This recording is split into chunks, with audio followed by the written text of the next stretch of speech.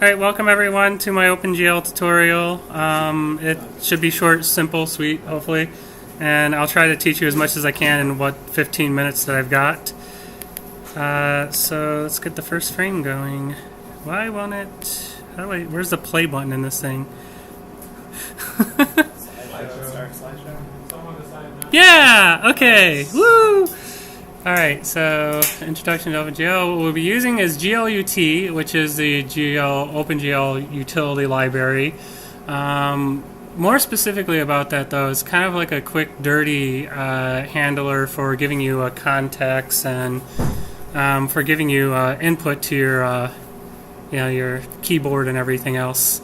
We'll be using GLEU, which is glue, or basically it's an extension manager for OpenGL. What it is capable of doing is pulling anything greater than OpenGL 1.0 standards, probing your video card for what it has and is capable of doing, and exposing those methods to you as a programmer. Of course, we'll be using OpenGL, and I'll be showing you things that are specifically greater than 2.0 standards, and C++. I generally, when I'm working in Windows, will use MinGW to use GNU++. Usually I use C++11, but this example will be using just old C++6 or whatever it is, the ISO newest.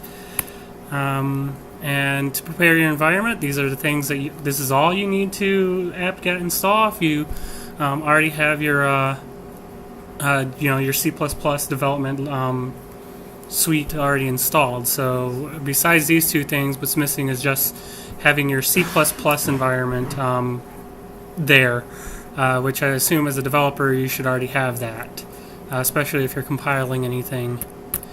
In general, this is how you would go about compiling it. You go to libraries, GLUT, GL, GLU, and GLEW, and yes, our output file will be named MAME.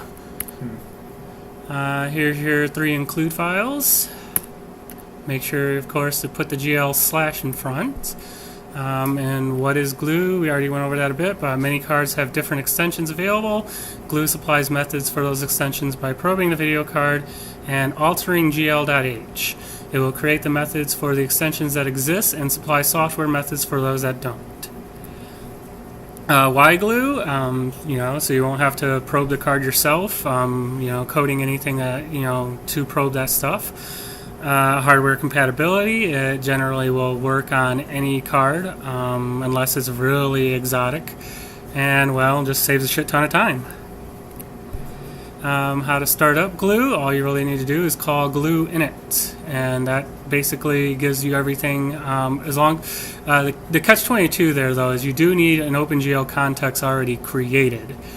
So once, let's say, if you're using SDL, you've called SDL init, or if you're using GLUT and you've called the GLUT init, all you have to do is call GLEW init, and it will, begin raping your card, or probing it for whatever it has.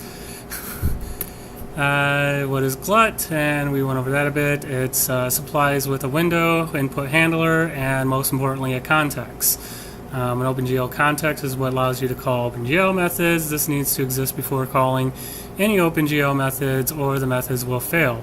So don't put OpenGL methods in your constructors, which is apparently a major problem a lot of new developers have. They tend to write these fancy classes, and they put all these initializer methods into their constructors, but you can't do that because your constructor is going to launch at the time your application launches, and there's no context available yet for them to be executed against. So the first thing we're going to show you how to do is create the context. And in our main file, so of course, just like any other C++ application, there is a main, and I have created the function create context. Just to jump to it quicker, there we go. We have where we call GLU init. We set the size of the screen. We set the display mode. We create the window with a name, and then we call glue to fire that off. Then we set the callbacks for GLUT. The first one here sets the what happens when the window is frame or the window is resized. The second one, this is like basically your frame. Whenever a refresh happens to the screen, if you have vertical refresh turned on, this will fire 1/60th of a second. If you don't have it on, it'll fire as many times possible that it can run. Reshape function is when the window is resized. Okay, this one is actually when the state is changed. So if it's minimized or maximized, actually. This one is your keyboard function. So whenever a key is hit, it'll launch this method and parse basically the key that you have pressed. And you'll see that I put methods in here, and the methods are created by thus. So void pointer, or maybe not. Where's my render method? Okay, so it doesn't need to be a pointer. It can just be void render. And this happens basically every frame. So short, simple, there's your rendering. So what's the next thing? And yeah, as noticed, the first thing you'll need to do is create a context. The second thing is create your callback methods. Third thing is create context method, or what it says. So the callback methods, I've already explained a bit more, but in here, if you want to look it up later, it gives you a little bit more of an explanation. So when setting it now, after you set up your context, now you have to set up your OpenGL environment. I just put this thing in here about lights because they're not always used, but it's just good to know that lights work a little odd in OpenGL, but at the same time you have only 8 hardware lights, and it can vary depending on the implementation of OpenGL, but in most cases it's just 8. So setting up OpenGL, let's go back to our main. You'll see the next thing I have, it's still create context. Okay, so is this create context here? Okay, create context. Alright, so after our callbacks, you'll see on this line here I do let's get this a little more visible on the screen. There we go. You'll see that I do just what extension was detected. Not really necessary, but if you wanted to know, okay, what exactly version of OpenGL is my hardware dealing with, this will spit it out for you. And okay, so the matrix mode, this is where things get funny. You have the GL projection environment. This is basically setting up your actual OpenGL environment and not your your vertice space.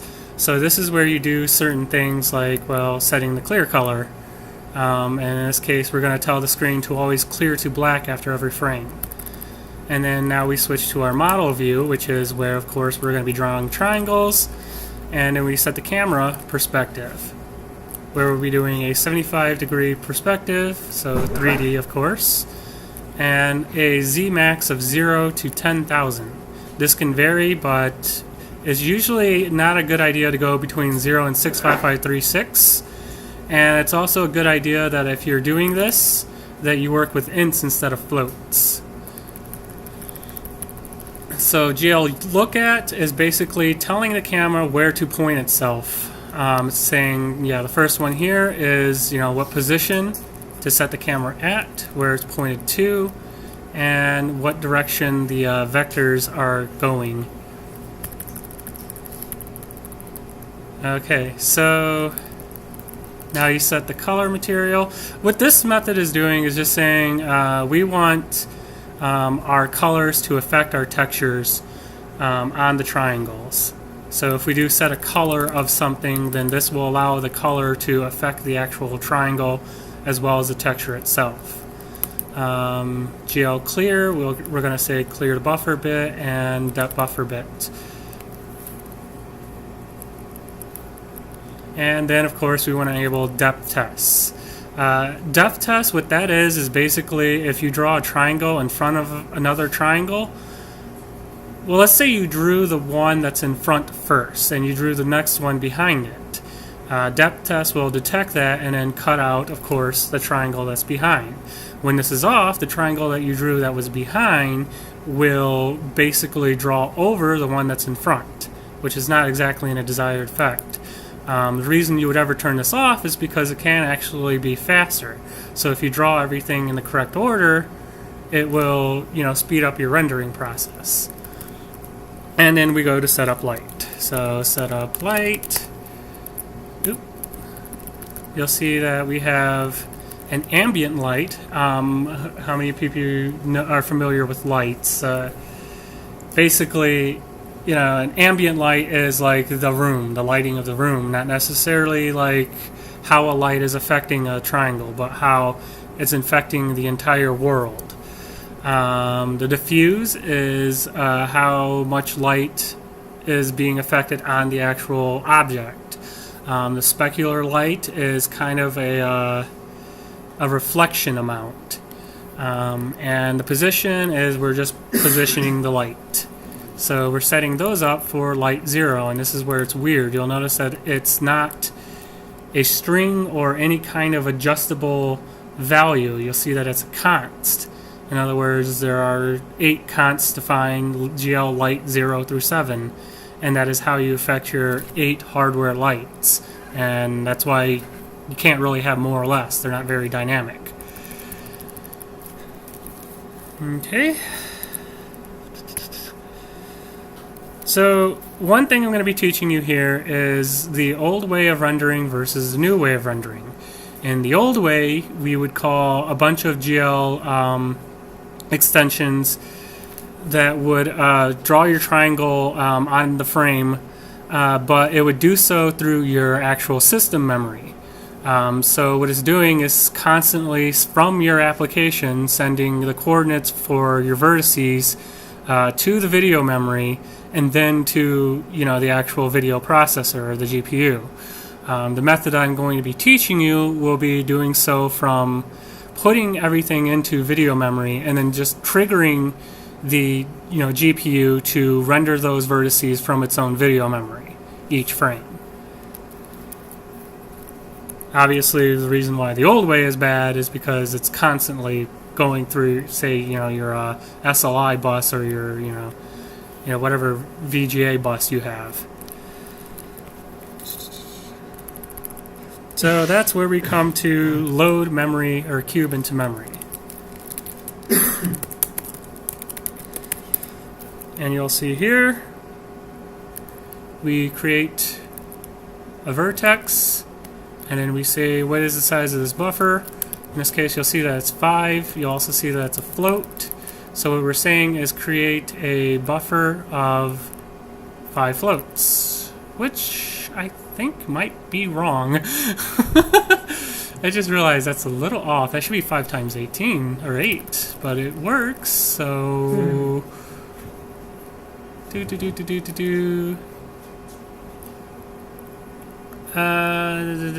oh wait, no, this is I take that back. What this is actually the size of of one vertice. So what it's saying is that since there's 5 elements in a vertice, what I did here was actually just calculate the size of a vertice, which you'll see how it's vertex 0 here, and it's 0, 1, 2, 3, 4. This would be the properties of one vertice. So this is stored so we can later use this to parse our memory for OpenGL when we actually go to draw it from the video buffer. And then of course we set our since it's a cube that we're going to be drawing, it's 8 triangles. Well, actually this is 8 faces, squares.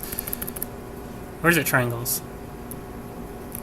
No, they're triangles. Okay, so X, Y, Z, and then this, the reason why it's number 3 here, this is a U coordinate or a UV coordinate. It's the U of the UV coordinate. This is saying draw the texture position here. So in this case, this would be the top right corner of the texture would be drawn here at this vertex. And same on, same on. There we set up the index. Now, what is an index? Well, an index is basically how you're mapping the vertices. So we have our 8 vertices, which actually I described this wrong. The 8 vertices are the corners of the cube. So we have each corner stored in a vertice. And then from there, we're telling it to use those corners by an identifier number to draw in that order. So this is saying draw for the front, draw 0, 1, then 2, 0, 2, then 3. And that will create 1 triangle, 2 triangles, which will create the face of the cube. So that creates the front, the back, the left side, the bottom side, the right side, and top. And then we generate our buffer, so our cube buffer. That creates our buffer in the size of what our cube is. Then it creates an index buffer, which there is our size of our index. And then we bind our buffer to GL array buffer, which is, if you're familiar with texturing, this is binding to the current texture. In this case, we're binding to the current array buffer. And then we're binding specifically cube buffer. And then we're doing that again. Or actually, I'm sorry. Now we're actually pushing buffer data. We're pushing that data, which is, we give it the, where we're pushing it to, our current buffer stencil. And then we're saying we're pushing, this amount of bytes. Then we give it the data structure, and we give it the starting point of the data structure. In this case, it's a multi-dimensional array, so we use 0, 0. That tells it to start basically at the beginning of this array and then go this many bytes. And we say that it's a static draw. Then we bind the buffer of, the array buffer, or element array buffer, and we give it the cube index. And then we say the same thing here, where it's binding to it again, saying it's the size of the maximum size of index. And again, we start at the beginning of the array and let it crawl the bytes of that array, and we say GL static draw again. And that has right there, we'll store that into memory. So yep. And yeah, now explore if you wanted to. And yeah, so that's how we got it into memory. Now let's look at the rendering. What I've done in the rendering is I've actually created 2 things here. I've created the good way and the bad way. You'll see where we have draw buffer, which is the good way, and draw old way.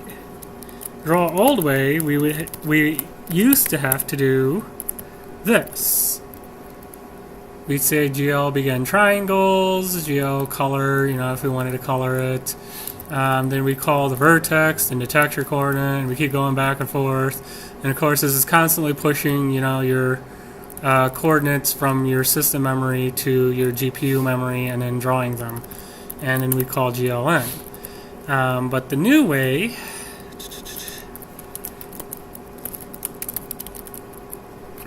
the new better and from video memory way, is to bind the buffer, tell it to use the the current buffer with an index. Same thing with the index. And okay, so you enable that we're going to be drawing vertexes. We enable that we're going to be drawing coordinates. Then we say draw our vertices basically with GL vertex pointer. We say they're all float values, what kind of data structure is. We give it where it is, and then we say, what is that number? Oh wait, I forget what that number is.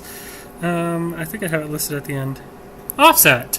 Okay, so this is start at 0 of the the vertice buffer, and that the buffer is this size long, and draw that vertex.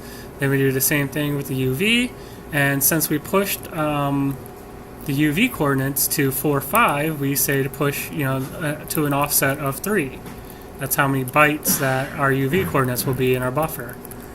Then we tell it to draw those elements, and then we disable our client states, which is the equivalent of GLEnd, and that will draw your cube. Then, we have out here where you'll see push matrix and pop matrix. This is how you affect your cube. So even though we've drawn our cubes in here, both old and good way, we have to move it. So translated will move the cube, which you do before you draw the cube, because it'll push the matrix into where it needs to be, and then it'll return the matrix back to where you originally had it, which is what push matrix is and pop matrix is. So we translate to where we want it, we set the color, we rotate it how we want it, which would be, this is our Y rotation we want it, and we say we want to rotate it on Y, then we want to rotate it on X. You can do these in the same method, but things get weird when you do that, so I prefer to call GL rotated on different axes and not all the axes at once.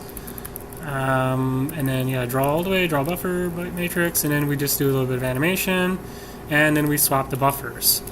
So swapping the buffers, depending on what you're using, in this case with GLUT,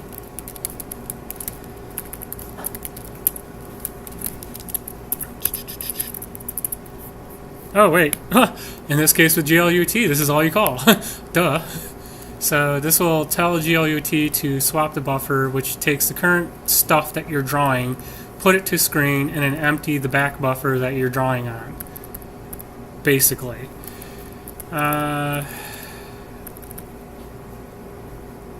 So that will happen every time it refreshes. Now if we look at our main, you'll notice that there's GLUT main loop.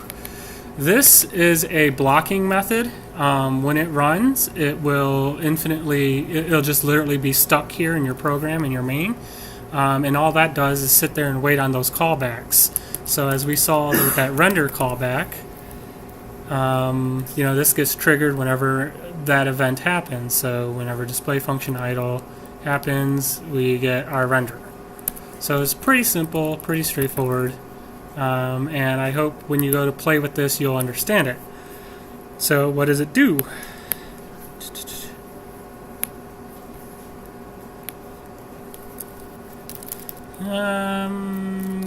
Windows development, open GL tutorial, there we go. I've already got built, but we don't want to spoil it, so there. Then we say to build it by calling make, of course. There you go. Now we got main. We execute main, and we get a massive headache spinning cube. And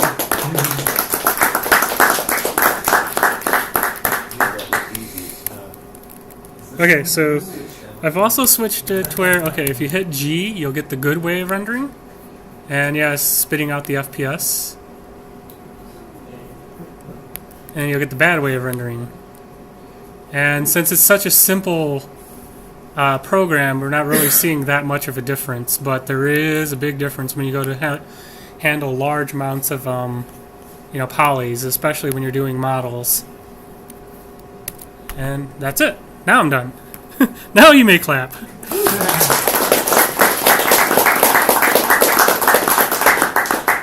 Anyone have questions?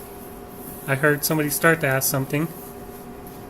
So you have to push the matrix there before you can do any translations to it? Or you have to... So what it does, if you push the matrix, it's saying I'm messing with just this object. In this case, the object is my cube.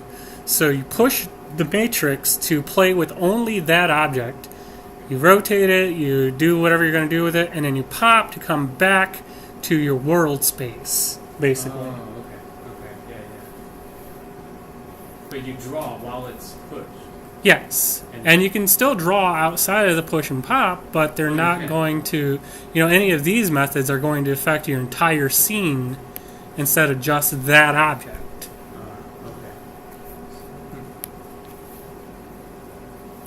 Any other questions?